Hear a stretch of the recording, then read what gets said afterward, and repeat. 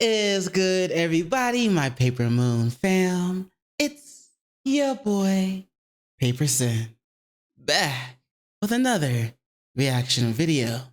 This one is called How Lottie Made Millions Off Juice Wrld's Death. So I really had to click on this one because I saw in the, oh wait, hold on. It's by the YouTube channel, Rap Daily. So, you know what I'm saying? As always, link to the video and link to the channel will both be in the description below. Now, I really had to click this video because in the thumbnail, Lottie was saying, thanks for dying to Juice Wrld. You know what I'm saying? It's like, I'm not cool with anybody celebrating anybody's death. You feel me? Now, I was never really a fan of, I never really listened to Juice Wrld's music. I can't say I wasn't a fan. I never really listened to it because, like, if you know me, I've mentioned it before, but I'd be listening to like the same 2-3 rappers mixtapes or not mixtapes, whole albums, back to back, like over and over again. Like right now, I got Joyner Lucas and Mac Miller in rotation, and The Weeknd. So that's 3. But anyway, we're gonna find out what's going on here. I did hear about Juice Wrld's death and, you know, alleged death, or not alleged, but and like the alleged setup and stuff like that. So I know a bit about it, but let's go in and see what else we can learn, see what's going on, see what's great, see what's good, see what's great, see what's going on. To the channel, no hate. But to Lottie, I don't know, bruh. Like might be looking like, you know what I'm saying? We might, I ain't feeling that. This was the last straw. This was what turned every Juice Wrld. Sorry about that. I forgot. For my hearing impaired viewers, make sure I put their closed caption, the original video's closed caption up here. That way mine will auto generate below it. This was the last straw. This was what turned every Juice Wrld fan against Lottie. It's crazy because before the rapper died, Ali was his ride or die. But after he passed away, things took a complete 180. From wild tales for attention to attempts at profiting off his estate, Lottie quickly became the villain of Juice's legacy. But if you've been paying attention, you would have seen who she really was right from the jump, way before Juice's demise and way before she even met him. Are you still with me? Good, because I'm about to reveal the dark truth. This is how Lottie made millions off Juice Wrld's death. So right off the jump, obviously you like everybody should already know this. So I'm probably just saying things that are obvious, but watch who you fuck with. You know what I'm saying? Watch who you keep beside you. Watch who you call your partners. Watch who you call your homies. You can't trust everybody that you keep around you. Like I had to learn that personally, I had to learn that the hard way. You know what I'm saying? But I was able to find at least one person I could trust even to this day, even though I haven't spoken to them in years because, you know, that might be me and my introvert self. But we call each other every now and then. We get in touch every now and then. But that's like one person out of all the people I've met so far. I mean, all the people I've met in that area where I'm from. It's one person. And then I went to Georgia and found some more people. But let's get into it. Let's keep going. Just make sure y'all make sure y'all are validating the people around you, because you are the sum of your 5 friends that you hang out with the most. You're the sum of them. Make sure they ain't shit. Lottie who? Before the tears and social media backlash, before the airport incident that took Juice Wrld's life, before sneaking into his DMs and starting one of the most highly publicized hip-hop relationships of all time, Ali was a native of New Jersey, a country girl if you will. She was born Alicia Leon on the 28th of May, 1992, to a black father and Puerto Rican mother. I mean, my mom had me when she was 15. Oh, wow. So after my mom having me that young and then learning, like my mom was such a, like my biological mom was such a great mom with teaching me about myself. Having a child at 15 was wild enough for Ali's mama. You can't teach someone about themselves. You can give them advice, and you can point out things that you know that you, as an outside perspective, know about them. But ultimately, you can't teach someone about themselves. They have to do the inner work. They have to do that you know what I'm saying, shadow work, you know, all that stuff. They have to do it themselves and learn about themselves. You can't teach someone about themselves. I don't get it. But what made life much harder for the two was that Allie's father had removed himself from the family picture from the very beginning of Allie's life. I know Lottie isn't the most chatty person about her background, but when she talks, she hardly says anything about her pops, and that's because she disowned him a long time ago. So Allie was forced to grow up without her father figure in her life. And by the time she was 17, after she was done with high school, she decided she wanted to move out of Jersey to live on her own. For the next 5 years, Allie would live on the road, all within Tennessee though, skipping between different cities in Alabama to Memphis and Vegas. During this period, Allie got a dog, worked as a bartender, did some dancing, if you know what I mean, and had a curious yet mildly successful career as a part-time gambler. She had to make money somewhere. She was making a lot of money, enough to fund her nomadic lifestyle for that stretch of time. No hate. But on the other hand, she was losing quite a sum. According to her, the largest she'd ever been forced to give up in one sitting was 30 grand. By the way, the particular incident was what convinced her to quit gambling. Now, you know there's some truth to Allie's claim since she had money before she met Juice. But wait a minute, it's not all clear. Because if you're as analytical as me, you're probably wondering how she made that much money. Personally, I know a thing or two about stripping and bartending, and I can tell you for free that it ain't the type of work that funds a gambling habit, and definitely not the type that cough up as much as 30 grand. Damn. Yeah, did a couple tours. So what really happened? Did a couple of this, did a couple of that. Yeah, I would go with my friend. I've been in this process. I guess what, industry for a minute. Industry? The adult tours? industry? You know what she's really talking about here. Before Juice, Lottie was for the streets. And believe me, fam, I'm not shaming nobody. A girl's gotta do what a girl's gotta do. Facts. I agree. Like a girl's gotta do what a girl's gotta do. You know what I'm saying? No hate to that, no shame to that.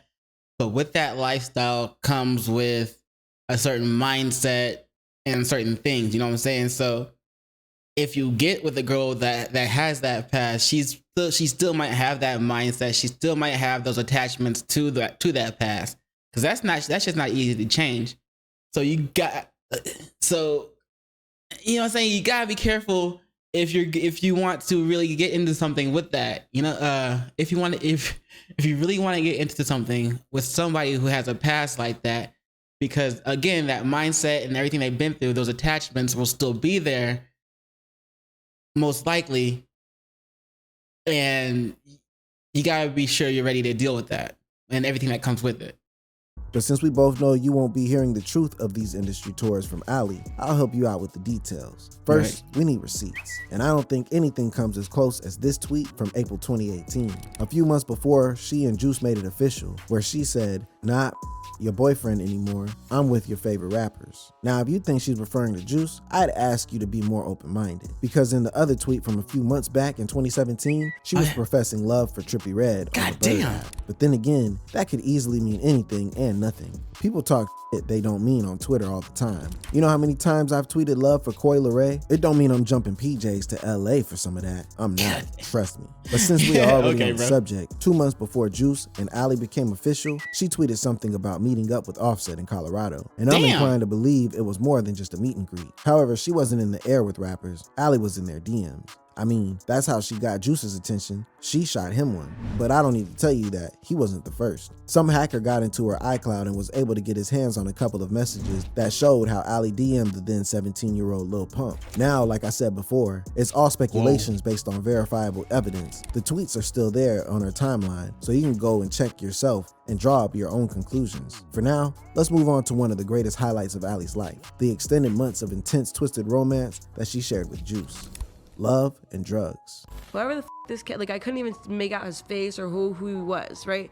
I was like, I don't know who the this kid is, but because I don't know what version I was watching of this, because it was so new. You know what I mean? Like, I was like, this is, if I made music, like if I knew how, like if I didn't sound like Fran Dresser, like this is what I would do. This sounds pretty on paper, but those who have been down the rabbit hole of Allie's life before Juice know this isn't entirely true. Because before she met Juice in person, she wasn't really sold on his music, and that's putting it mildly. In this IG live, taken some months before she met Juice, Allie disses his music. Then she says rappers like him are the reason she can't listen to the radio. She also says she has to stop rappers before commenting on the size of Juice's. It's a lot, I know. Now, it's unclear if Juice had seen this clip before they met, and it's possible he did. and forgave her or something. But one thing is clear, Ali would later settle into his sound, recognize his potential, and reach out to Juice first, messaging him with the good music. Keep it up, kid. The first time they would meet physically in person was backstage of a show that Juice had performed in. According to the two, they fell in love immediately. But the situation was messy from jump because Juice was with another girl at the time. He was dating a lady named Alexia, and he'd cheat on her with Ali during this period. His fans hated it at the time, and his homies weren't on board either. In an interview with the New York Times, real quick though, if your homies, your real homies, are telling you that you're messing up because when you're cheating on your current girl with another girl, and they saying you're messing up, that mean that's a good indicator. That's a green flag for the fact that you might have a good girl already. So stick with that. Imagine if Juice would still be alive if he had stayed with the girl before Ali. Imagine, like, would he still be, you know what I'm saying, running around doing his thing? Bruh. Juice said that they asked him, "What you doing with the girlfriend? You got all this stuff going on." But Juice was madly in love with Ali, and by November 2018, some 4 months after the DM, they would make their relationship official. Ali relocated her dogs to live with him in Los Angeles, and their epic romance entered full swing. Jared literally he kidnapped me is the only way we could say it. It's like a joke that we would say, but it happened. I don't own anything from my house except for my dogs. Like, he wasn't trying to have you leave. He was just like, I want your presence. No, he did not let me leave. Juice wanted Ali by his side 24/7. They were inseparable. And unsurprisingly, she inspired a lot of the songs he wrote moving forward. Like this one from Flaws and Sins, where he said, I'm really all in love with all your flaws and sins. Your scars are really gorgeous. Ain't that a weird way of giving you compliments? But while all this sounds dreamy to any lonely lovebird out there, you gotta stop and ask, why her? What did you see in Ali that made him choose her? Good question. It's not common for rappers to be loyal to one woman, especially when that rapper had cheated on the girl before, and especially when that rapper was as young in the industry as Juice. But it's common knowledge that Juice was more than loyal to Ali. He was devoted. So what made them work? He would go ahead and talk to me more about what he was doing when it came down. Like, he's like, I'm upset. And I'm like, okay, what's up? You know what I mean? You're not used to guys hitting you with that? Yeah, no, I'm not. I'm like, bro, what do you mean? And then he's like, da-da-da-da. And I'm like, bro, you're just having a panic attack. Like, sit down. Well, it turns out that Ali understood Juice more than anyone who was around him at the time. Every fan knows well enough how in touch Juice was with his feelings. It was what made his music so good. He wore his heart on his sleeves. He was that sensitive. So he needed someone other than his fans and crew that he could lay bare all that sensitivity. That person turned out to be Ali. She understood him quickly and allowed him to feel safe with her. Ali would later reveal that they often talked for hours about everything from music to personal struggles. Not gonna lie, it's in my opinion, it's important for men to have a partner that they can feel that they can let their guard down around. Unfortunately, there are people that take advantage of that. So you gotta vet the people around you. You gotta be careful. And that he supported her as much as she supported him. So their intimacy grew. Soon, we saw them with matching tattoos. Soon, he was bringing her on the stage in front of tens of thousands of his fans to the sound of Hear Me Calling. And soon, their epic love made a permanent imprint on the internet. But underneath all that sweet, sweet loving was a malevolent darkness. A darkness that Ali was complicit in. A darkness that she says she tried to pull him out of. Because while at one end of the room, they were all sunshines and roses, at the other end, the hip-hop couple had become junkies. Giving up their old girls for an autograph of the pic. This was just one of many instances of drug use between the two. It was on display. Juice's ex, Alexia, had revealed sometime before that Juice had a drug problem, couldn't hold his own, and would sometimes mix Percocet pills with codeine. Dangerous stuff. And Ali? Well, Ali also had her own problems with drugs. Sometime in August 2017, according to a public document, Ali Lottie, addressed here by her birth name, Alicia Leon, was arrested while trying to transport meth from Mexico into the Southern District of California. Damn. And as a direct result, this Alicia Leon cannot visit or reside in Mexico without the permission of a court or probation officer. I'm using this because Ali has denied these claims in her series of tweets claiming that she's never done meth. Wild. She has even stated that the Ali in those documents isn't her. They're just namesake. And somehow, I can understand how this might be true because this incident happened a year before she met Juice, and according to those documents, she was supposed to spend a 3-year term in jail. If she did, she would have never met the rapper. She would have been behind bars. That's not the case, so maybe she isn't lying. I don't know. What I know is, while they were... I don't know. Doesn't it depend on the lawyer and the circumstances and stuff? And I guess she would have really just been behind bars for a minute. It was true.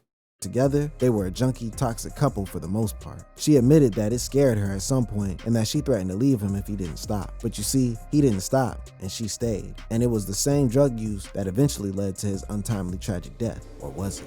Allie's rabbit hole of disrespect. This morning, so many questions as to how a seemingly healthy 21-year-old could die so unexpectedly. On the 8th of December 2019, Juice WRLD was on a PJ flying with Allie and his crew into Chicago from Los Angeles when some of his homies on the ground buzzed them about the feds being on the ground with dogs wanting to search their luggage for guns and narc. Someone had snitched. I've lost 2 of the most important people in my life. I heard the person that snitched was apparently the pilot, or at least that's what some people were saying. Because of snitches. We would later find out that it was likely the pilot, because while they might not have had guns, there were drugs on the plane, approximately 70 pounds of weed. Now, was it fear, was it anxiety, or was he just trying to hold off the withdrawal he was definitely gonna get if he landed in jail that night? I guess we'll never know. But what we do know is that just before landing, Juice had swallowed multiple Percocet pills. Soon the drugs kicked in and he was convulsing. First off, you can't even trust your own personal pilot. Secondly, why did he just flush him down the toilet? It was probably too much, panicking too much, and just like flush him down his throat instead. Third, is this guy wearing a mask while holding that pill? What's going on? The cops administered Narcan, transported him to a nearby hospital, but it was too late. Juice was gone. Now, Juice's death shocked the world all right, but it was the circumstances surrounding his demise that actually got people talking. In his song Legends, which was dedicated to XXXTentacion, who was murdered in mid-2018 at age 20, and Lil Peep, who overdosed in late 2017 at age 21, Juice rapped, "What's the 27 Club? We ain't making it past 21." This immediately led fans and the media to believe that he had predicted his own death, because he died just days after his 21st birthday. But that's tame, because there were some that believe he didn't predict it, he faked it, and that he was still alive somewhere in the Bahamas. Their receipts? This tweet from 2017 where the rapper said, "My goal is to get overly famous, shine for a couple years, then fake my death." Now, in the quest to find the person responsible for Juice's demise, fans turned the heat from the pilot, who was probably even innocent, to Ali Lottie. Why? Well, it boils down to the 70 pounds of weed the feds found. Why on earth would Juice and his crew transport that much weed? There was no way it was just for them. One rumor was that his homies wanted it for a birthday party they planned for him because they hadn't been able to do anything on his actual day. Another rumor that actually began to make sense to fans was that Ali was in fact a drug dealer. I know. We've already gone through this, and she's I mean, technically, Juice WRLD ain't no Wiz Khalifa or Snoop Dogg. Like, from what I know, he don't smoke that much weed.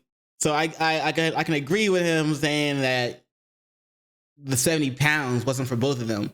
And even I don't even think Snoop or Wiz would like roll around with 70 pounds in a flight. You know what I'm saying? So that's a whole nother conversation. That's a whole nother thing. Clean, right? Yeah, kinda. You know, I would have been happy to go along with the whole Alicia Leon is just a namesake theory if the same lady didn't get busted this January on drug charges. Damn! What drugs, you ask? The unholy trinity. Meth, cocaine, and some good old heroin. Now, remember when she said she didn't know anything about meth? Well, turns out she was lying. Now, these charges were dropped, but she also bagged another charge of misdemeanor and theft of property. She pleaded guilty to misdemeanor possession of instruments of crime and got a 1-year suspended sentence and 6 months probation. The only reason she didn't get thrown into jail was because she's been good in the eyes of the law so far. Well, that's for the law. For the fans, Ali still had a lot of beef running, because Ali wasn't alone when all those charges was dropped on her. She was with her new lover, a guy named Carter Jameson, who was some agency scammer kid who stumbled on some money.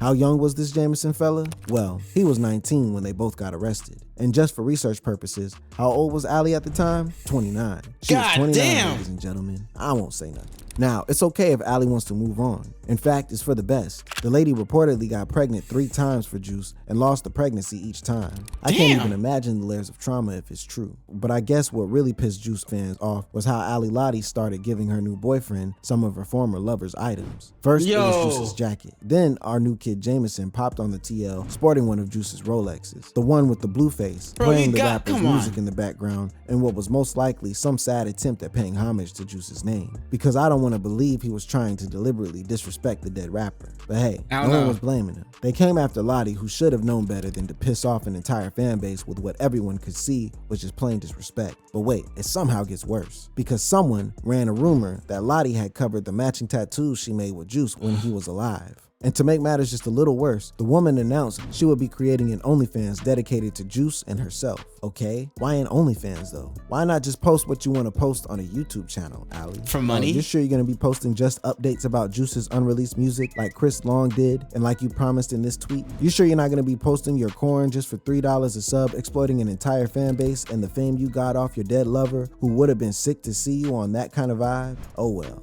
What did y'all expect? Before Juice, she was in the streets. So what do you think was gonna happen after Juice? Now wait a minute, we're not done. Would you believe me if I told you it somehow gets worse? There's nothing that fuels an OnlyFans account better than controversy. And for Ali, that controversy came in the form of conspiracy rants she began on her other socials. The first incident happened in June 2022, when Lottie alleged that something very suspicious happened the day before Juice's death and that she wasn't gonna speak about it until she was sure it was safe. She said she had been silent for over a year and that it was time to share the truth.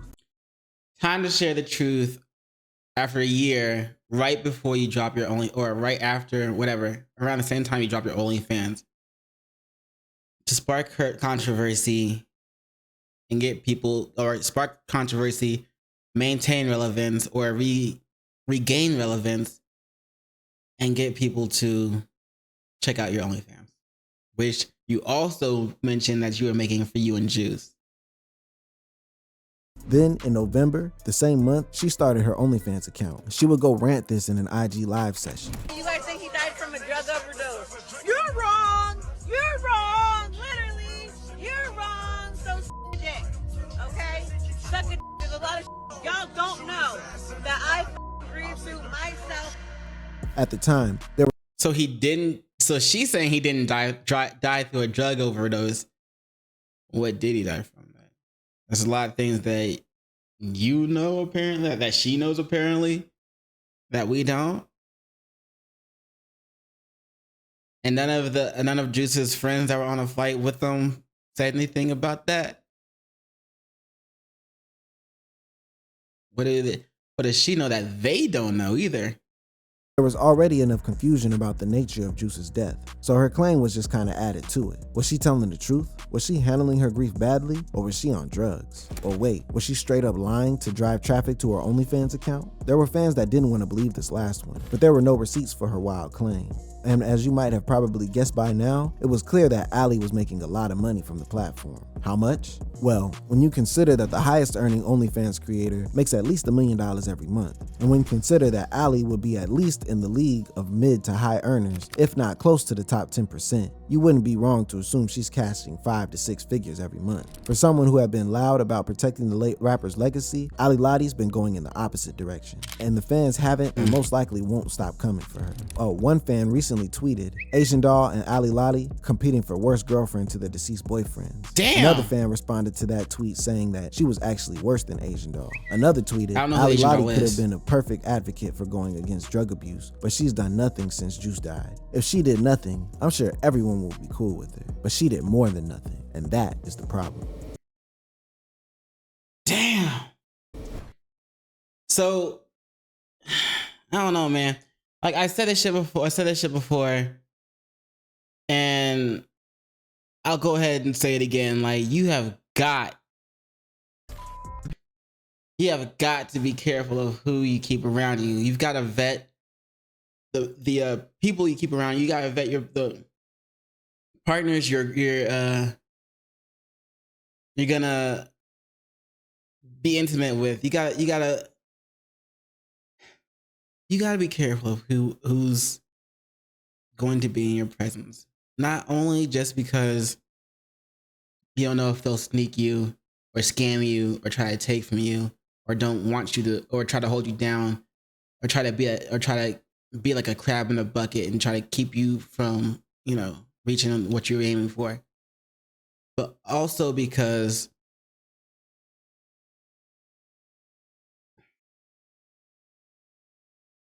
you are the sum of the 5 friends that you keep around.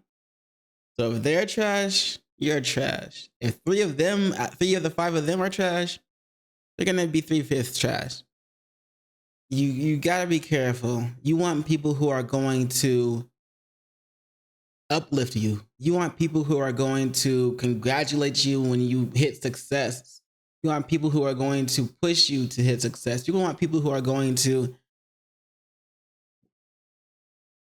push you to become the better version of yourself. You don't want yes men. You want people that will tell you, hey, that right there you doing? I don't know, bro. You shouldn't be doing that shit. You can do better than that. You want people who are going to be there for you when you're down. You want people who don't want you for what you, who don't want to be around you for what you have. They want to be around you because you're you, because you're doing what you do, and because you reciprocate the same type of energy that they give to you. You know what I'm saying? They're there for you, you're there for them. It's, you know what I'm saying? It's everything that they do for you, you do for them. It's all tighter than family. You feel me? You're not saying blood is thicker than water. It's more like the blood of the family is thicker than the blood of the family, right? It's thicker than water, whatever. But the friends that you choose, the family that you make, not the family that you're born with, is thicker than the water of the womb. You feel me? Marinate on that. Like, replay that last part if you need to. I'll say it one more time again.